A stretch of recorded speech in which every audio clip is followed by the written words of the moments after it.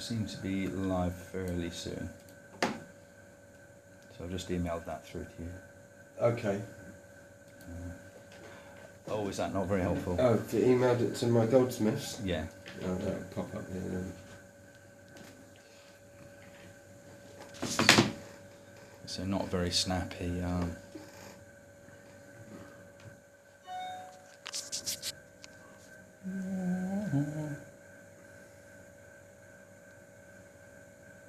Because that could be sweet, given that we can put a couple of computers in the capture cards.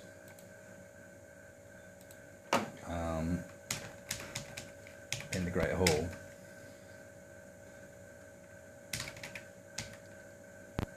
It might be physically possible to actually mix it here, which would be, you know, duller than doing it live. I think with the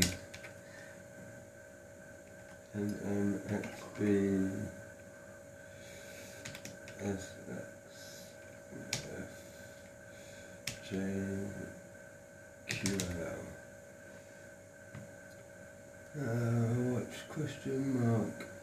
V equals NMXBSXFJQL. Yeah. You might have to give it a name.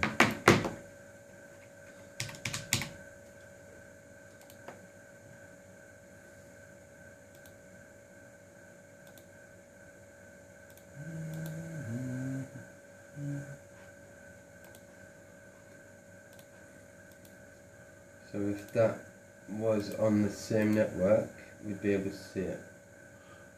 But it's potentially not the same network. Yeah. Because this is not connected onto the Wi-Fi network. All right. So this isn't. It's not even. It's not even internet connected. No, yeah, I mean machine. we can also do AirPlay on it, but because we don't have anything, this is internet connected, but it's it is separately it's from set the to college stream. network. So when we're streaming out through our academic VLAN and then out to the wider world. Yeah. So we can't even take AirPlay because we don't have a Wi-Fi router in between this and the academic So if you VLAN. click on receive, nothing happens. No, that's taking it outside of what we've just done. All right. Which Okay. is a test which we've All set right. up. So we've just manually entered our network video. Yeah. No, not a lot seems to be happening. No, Live Expert's the only thing we've got working, and that's on our. That's for our captions, but that's on our other computer, which is just next door there. So yeah, that doesn't look like it'll work unless we get a Wi-Fi router in between. But then that's not going to be powerful enough to get over to there. Oh, you'd have to do a VLAN, like, just like have to do a peer-to-peer ad hoc network straight into here. That's interesting. No, I'm thinking I wouldn't worry about it because I'll see what we quite. There's a proposal I'm put in to create gold.tv. Yeah. Which should be a student run. Yeah. And the students provide content for gold.tv around the clock and buy in a rack mount system, because Pete and I were looking at a Blackmagic little rolling one, but if TriCaster is... I'd definitely recommend TriCaster. Yeah, because what it is it's what's best for the students to learn. Yeah. In terms of industry standard. TriCaster. In which case, that's what I'll recommend. And how much is your rolling? The rolling TriCaster Mini, I think, is about £5,000. Yeah. And then obviously you're going to need. Well, you don't need the control surface. That's a good thing. It's a virtual. It's a virtual studio. The physical surface is great, but you don't need it to run it to its full capabilities. In fact, you can do more from here than you can from over there. So I'd recommend the TriCaster Mini. With the TriCaster Mini you can take 3 camera inputs, not 4. You can also live stream from it. You can also do green screen virtual studio with it.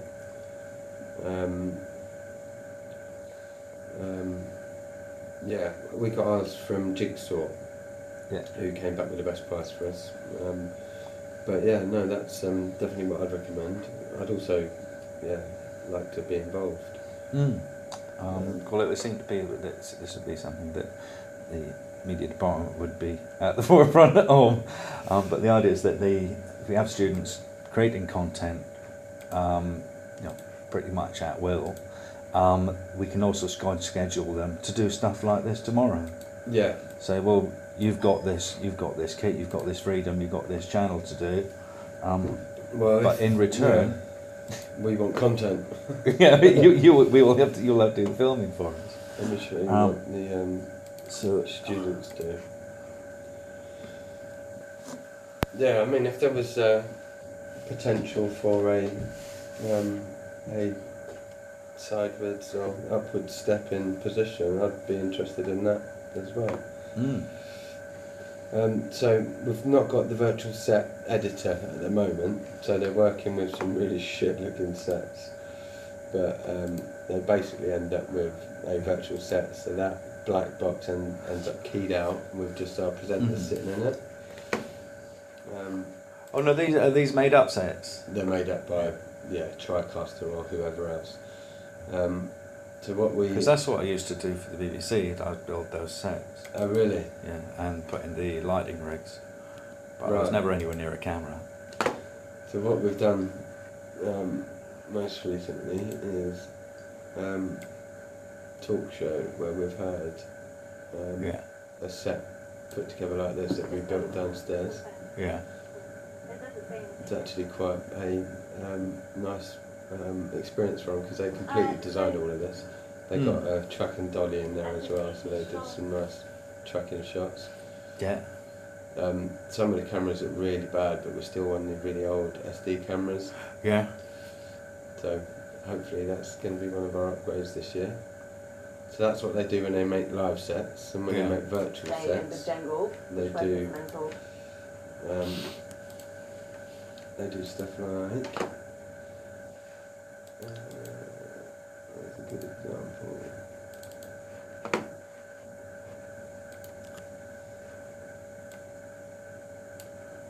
They do stuff like this, where they will mix in packages with their live presenting.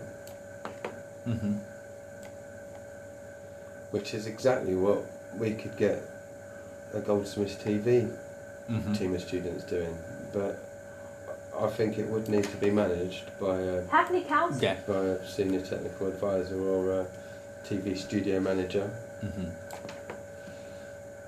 And that's a role I'd be interested in.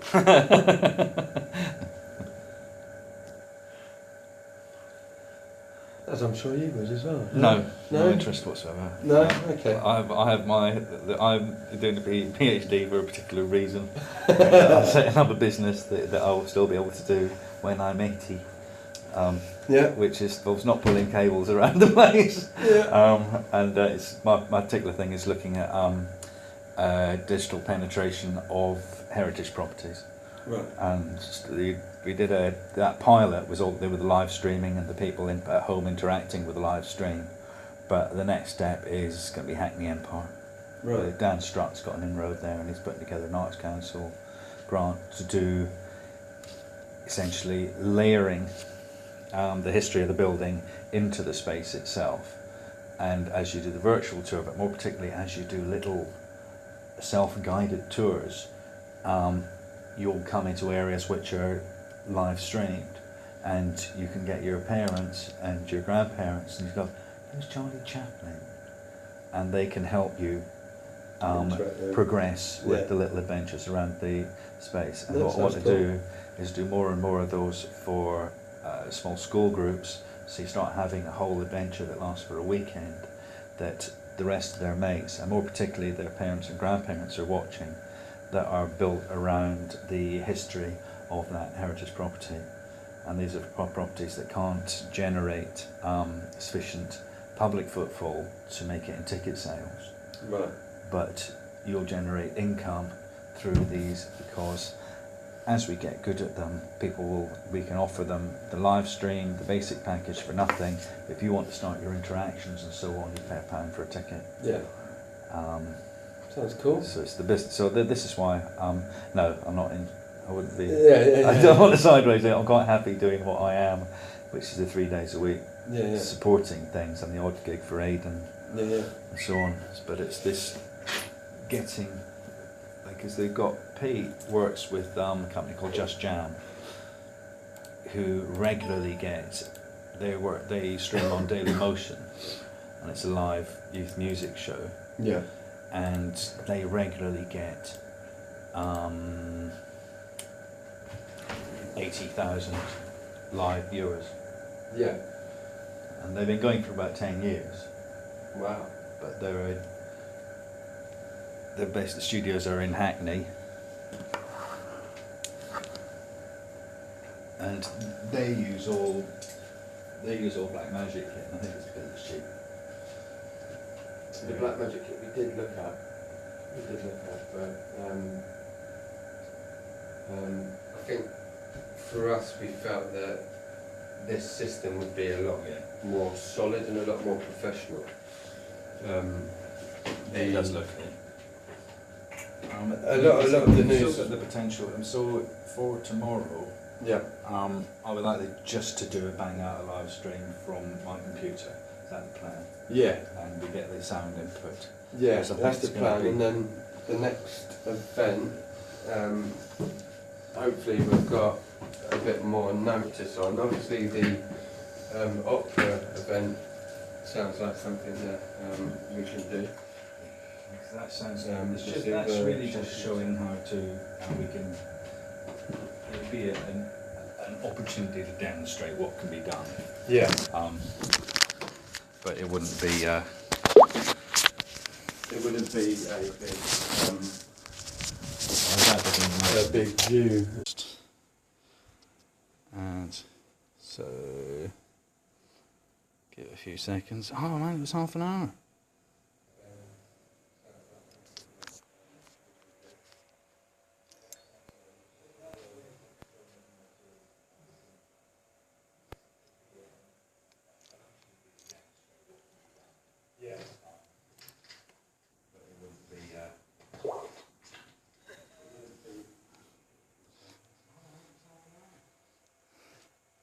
Why is that so low res?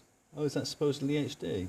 Oh, I suppose it's just signal. But yeah, you get a really big one.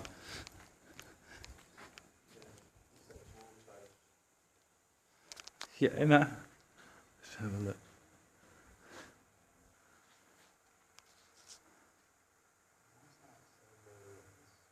I wonder what happens. Oh, yeah. No, it's just getting too strange for words. I'm sure there is something going on with these. And you see, in a minute, ooh.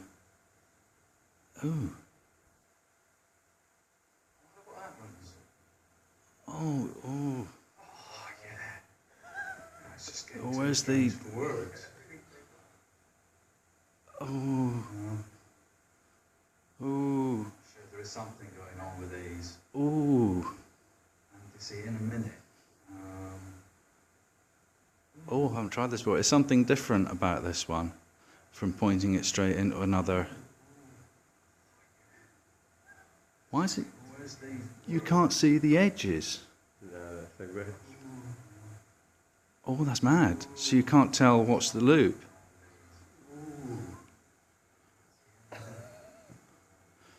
It's just, oh. There's something different about this one. It's gradually deresing. It's just too strange. You can't see the edges. Oh, that's mad. So you can't tell what's the loop. Oh dear. That's just all a bit disturbing, I think. Oh. I'll have to work out because it's. See, we're not on that many loops, is the thing. It's gradually deresing. So we're only. It's quite slow. It's pretty slow, and gradually you'll start. Things get feedback off my beard. Oh dear. Because it's the one thing on the.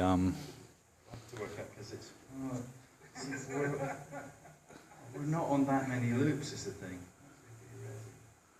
So we're only. It's quite slow. Because that was the thing in the kitchen one that I did, was there was this slightly constant jingling of the bells in my beard, and that's what led to feedback, because you need anything that's fairly constant over the course of the minute or so of loops. That's great. I'm still working out what it is. That's the thing in the kitchen one that I did, was there was this slightly constant